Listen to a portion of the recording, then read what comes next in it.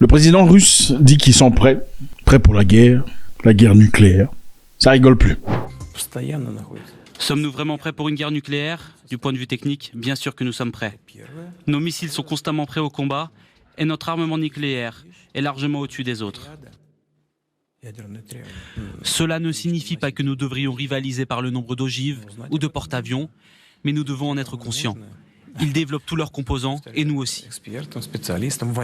Mais cela ne signifie pas, à mon avis, qu'ils sont prêts à déclencher la guerre nucléaire demain. S'ils le veulent, que ferons-nous ? En tout cas, nous sommes prêts. Il rappelle que la Russie possède le plus grand arsenal des armes nucléaires. Si vous n'êtes pas informé, la Russie, évidemment, a beaucoup plus d'armes nucléaires, beaucoup plus de bombes atomiques que même les États-Unis, beaucoup plus performants. Vladimir Poutine souligne. Pourquoi il dit ça ? Je vous rappelle ici qu'il y a quelques jours, le président français, Emmanuel Macron, a fait un commentaire très chaud, disant que la France était prête à envoyer des militaires, c'est-à-dire des soldats sur place, en Ukraine, pour empêcher à ce que la Russie gagne la guerre. Vous savez l'importance de la volonté au combat et vous mesurez que l'on ne peut laisser la Russie penser qu'elle peut gagner. Nous ne sommes pas en guerre contre la Russie, mais notre devoir est de rendre leur victoire impossible. Une victoire russe, c'est la fin de la sécurité européenne. C'est la fin même d'une architecture de sécurité possible en Europe. Macron a dit clairement que nous ne sommes pas en guerre contre la Russie, mais nous allons faire tout ce que nous pouvons pour empêcher cette Russie de gagner la guerre. Bon, nous on se dit de manière très stupide, quand deux personnes se battent, et toi tu viens pour empêcher à l'une de frapper de sa jambe. Vous êtes en guerre ou pas ? Écoutez, vous n'êtes pas en guerre avec lui, lui sera en guerre avec vous. Ça c'est évident, n'est-ce pas ? Alors la Russie a réagi. Un diplomate russe au nom de Dmitri Peskov a dit que c'était très dangereux, très très dangereuse, la direction que pourraient potentiellement avoir les conséquences très indésirables. C'est-à-dire, les discours de Macron pourraient avoir des résultats très indésirables, il dit. Ils étaient en train de surveiller le développement de très près. C'est-à-dire quoi ? Vous savez, généralement, quand un chef de l'État ou une entité politique forte fait des déclarations ouvertes, c'est-à-dire que pour la plupart des cas, ils ont déjà commencé à faire ces histoires. Donc s'ils disent « nous enverrons des militaires », pour la plupart de fois, c'est-à-dire qu'ils ont déjà envoyé des militaires sur place. Donc, ça servirait à quoi de vous dire « j'enverrai des militaires » si vraiment je compte envoyer des militaires au moment où je les enverrai. Parce que clairement, ça vous donnerait le temps de vous préparer contre moi. Donc, je n'annonce que ce que j'ai annoncé quand vous n'êtes pas prêts. C'est ça, la loi de la guerre. Enfin, il y a de quoi se poser beaucoup de questions dans cette histoire. Emmanuel Macron était la personne, vous vous en souvenez, qui avait fourni des efforts. Il est parti en Russie pour rencontrer le président russe tout au début de la guerre. Vous vous en souvenez ? Dans une réunion, il y avait une gigantesque table qui les séparait. Vous vous en souvenez ? Il y avait une table éléphantesque entre Vladimir Poutine et Macron. On pourrait bien se demander c'était quoi la cause.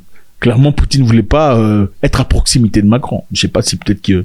Je me demande, peut-être qu'il se disait que Poutine allait l'empoisonner ou un truc. C'était bizarre, c'était vraiment, vraiment bizarre si vous vous en souvenez. Parce que juste après le départ de Macron, le président russe accueillit des présidents africains qui venaient pour la cause de l'Ukraine, pour essayer de discuter, trouver des solutions à l'amiable. Vous vous en souvenez ?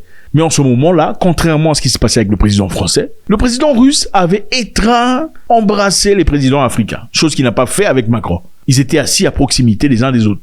Comme si, sans le dire, ils se disaient « ces Africains ne risquent pas de me faire de mal ». Bon, maintenant partons d'un Emmanuel Macron qui partait chercher la paix. Un Emmanuel Macron très vigoureux, très chaud, très motivé. Quelque chose doit s'être passé. Alors, qu'est-ce qui s'est passé dans cette histoire ? Bon, beaucoup d'experts pensent que c'est plutôt très simple. L'influence russe en Afrique, principalement dans les pays colonisés par la France, est l'objet de cet acharnement de Macron. Le président français, d'après ces personnes, Emmanuel Macron, n'est pas content parce que maintenant, la France perd son influence. Parlons ici du Mali, du Niger, du Burkina Faso, qui, après avoir demandé aux Français de quitter, de prendre leur clic et leur claque, et les militaires de partir, très rapidement ont invité les Russes pour occuper les mêmes fonctions, aussi pas assister de manière imposante comme jamais dans le passé. Donc, mentalement, partons d'un État qui a colonisé ces pays africains. Parce que généralement, on doit se le dire, les États qui ont colonisé les pays africains ont tendance à penser qu'ils ont une exclusivité dans ces pays africains. La France n'est pas exclue dans ce cas. La France, en général, puisqu'elle a colonisé beaucoup de pays africains, dans beaucoup de cas, a l'impression de quand même pouvoir garder une certaine peut-être amitié, je sais pas, une certaine exclusivité dans ces pays. Et maintenant, sur le plan géopolitique, puisque certains de ces pays sont en train de se retourner contre la France, demandant ainsi de l'aide venant de la Russie, c'est peut-être la raison pour laquelle Macron trouverait qu'il serait essentiel de se fâcher contre la Russie. Donc d'aller en guerre, puisque voilà, si mes intérêts sont pris de mes mains, alors là, moi je pense que mon ami, On n'a plus rien à se dire. Vladimir Poutine, président de la Russie, a réagi. Il a dit « L'influence accrue de la Russie en Afrique a provoqué une réaction émotionnelle chez le président français. » Donc il dit la réaction du président français émotionnelle. C'est quand même provocateur ça. Le président français émotionnel. Oh là là. Je pense qu'il y a une sorte de ressentiment, parlant de Macron. Il dit « Mais lorsque nous entretenions de contact direct avec lui, nous parlions assez ouvertement de ce sujet », a déclaré Poutine. C'est-à-dire qu'ils ont eu à discuter sur l'Afrique, n'est-ce pas? Ils ont parlé du sujet. Poutine a également soutenu que la Russie n'est pas allée en Afrique et n'a pas forcé la France à en sortir. Donc, nous sommes venus en Afrique. On ne vous a pas forcé de sortir de l'Afrique. C'est-à-dire votre propre politique en Afrique est peut-être la cause pour laquelle vous avez quitté l'Afrique ou avez été forcé de quitter l'Afrique. C'est pas nous. Et que le principal problème de Macron était lié au fait que Wagner était une organisation russe. Poutine dit encore qu'il est probablement plus pratique d'être offensé par quelqu'un sans voir ses propres problèmes. Donc il est plus facile de critiquer quelqu'un d'autre, de dire la raison pour laquelle mon histoire est déchue, c'est une autre personne, sans essentiellement regarder son manque de travail, ses défaillances, ses défis. Donc en d'autres termes, Vladimir Poutine est en train de dire que le président Macron, président de la France, est en train de réagir de manière très émotive et que la Russie n'était en aucun cas la raison pour laquelle la France a été boutée hors de l'Afrique. En tout cas dans les pays où ça s'est passé. Et qu'il ne serait pas intelligent de juger ou de se mettre en colère contre la Russie, puisque la Russie n'a rien fait à la France. Et que la France devrait, en tout cas en parlant de France, on ne parle pas de Français, on n'a aucun souci avec les Français, on adore les Français, nous sommes frères, nous sommes amis, en tout cas avec beaucoup de Français. Hein. On parle de l'élite, on parle de ceux qui font la politique, la géopolitique. Et ceux-là doivent améliorer leur politique vis-à-vis de l'Afrique. Maintenant, Joe Biden a réagi de manière très brutale à l'égard de Vladimir Poutine. Il a d'ailleurs fait une demande de 16 milliards de dollars pour envoyer à l'Ukraine pour continuer la guerre. Et cette demande a été refusée malheureusement par le Congrès américain. There will never be a bill I'll vote for to help other countries who are very deserving until we control our own border that's completely broken. Les Américains, évidemment, c'est pas comme l'Afrique, hein. Le président ne peut pas se permettre de prendre beaucoup d'argent et d'allouer à quelconque histoire sans l'accord du Congrès. Et le Congrès américain a malheureusement bloqué les 16 milliards de dollars qui étaient prévus pour aller soutenir les Ukrainiens dans leur guerre. Évidemment, beaucoup diraient que l'Amérique elle-même en a besoin. Regardez l'état de Détroit, par exemple. C'est les bidonvilles, hein, Détroit. Les États-Unis pourraient se servir d'1 milliard de dollars pour améliorer Détroit. Ou 500 millions de dollars, peut-être. Ça ferait beaucoup de changements. Ça apporterait beaucoup de choses aux États-Unis. New York est rempli, truffé, bourré des SDF, comme vous les appelez chez vous, des gens sans abri. Il y en a par centaines de milliers à New York. Pendant ce temps, on envoie de l'argent pour aller faire la guerre.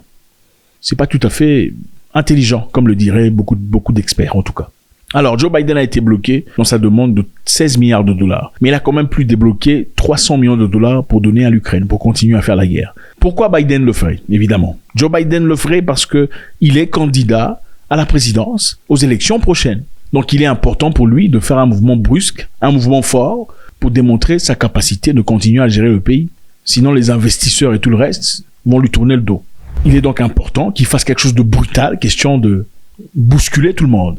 La Pologne aussi dit avoir besoin des Américains dans leur pays.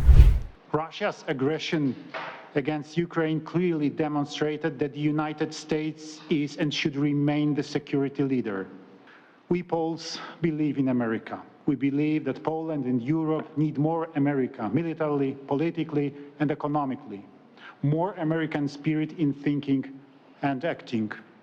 C'est vraiment intéressant de voir un président d'un pays dire ouvertement « Nous avons besoin des États-Unis dans notre pays. L'Europe a besoin de vous. Nous avons besoin des idées américaines. » Même entre amis, quand vous dites « Moi, j'ai besoin de tout ça. J'ai besoin de son intelligence. » Ça fait un peu genre, n'est-ce pas? Non? Nous avons besoin de l'intelligence américaine. Il est aussi évident que l'OTAN a fait des exercices inouïs il y a quelques jours. Il n'y a pas eu d'exercice aussi grand depuis la guerre froide. Depuis la guerre froide, où on a inclus la Suède et la Finlande, qui sont des nouveaux partenaires de l'OTAN. Et pour faire partie de l'OTAN, évidemment, il faut débloquer des grosses sommes d'argent, une grande partie de son PIB pour l'interopérabilité.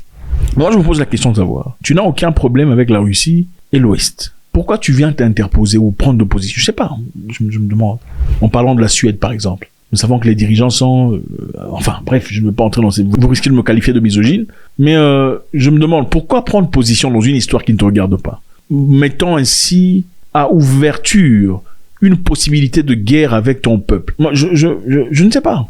Parce que bon, clairement, il y a monsieur A et monsieur B qui se battent. Faut les laisser se battre. C'est pas votre histoire.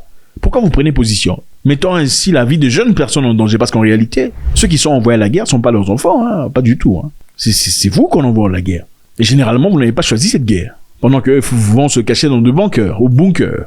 C'est injuste, je trouve. Maintenant, ces jeunes gens doivent se lever tôt le matin, enfiler leurs costumes de guerre, aller faire des entraînements pour un probable ennemi qui probablement ne viendra jamais. Les Russes ont dit ils sont prêts à la guerre. Ils ont des armes nucléaires plus grands que tout le monde. Ils n'ont pas peur. Et croyez-moi, moi je pense que une personne mise contre mur, quand généralement un humain fait face à plusieurs adversaires ou à une force trop forte, il peut faire usage de choses incroyables. Et je pense que comme beaucoup d'experts le pensent, pousser Vladimir Poutine dans un coin où il n'a que ses bombes nucléaires comme moyen de sortie serait très dangereux pour tout le monde. En Slovaquie, le Premier ministre Robert Fico a subi beaucoup de pression parce qu'il fait partie des personnes qui disent qu'il faut arrêter la guerre. Il faut plus envoyer tout ça là, à l'Ukraine parce que voilà, ça n'avantage personne à part ceux qui se font de l'argent à travers cette guerre. Et beaucoup de gens sont levés contre lui. Évidemment, vous savez comment ça se passe. On n'aime pas la paix. Toutes ces personnes qui se lèvent pour la paix sont vilipendées. Comme le président mexicain qui autrefois disait il faut arrêter la guerre. Pourquoi vous envoyez des armes? Mettez la Russie et l'Ukraine autour d'une table pour discuter. On l'a vilipendé. On a même menacé d'aller envoyer des militaires pour libérer, apporter la démocratie au Mexique. Merci infiniment, les amis. C'est toujours avec beaucoup de plaisir. Est-ce que vous pensez que M. Macron est en colère parce que la Russie prend de l'influence pendant que la France en perd en Afrique? Ou c'est autre chose? Parce que comment ça se fait qu'au départ, on était gentils, amis, on essaie de trouver des histoires à l'amiable, et soudain, on est prêt à envoyer des militaires pour faire la guerre? God bless.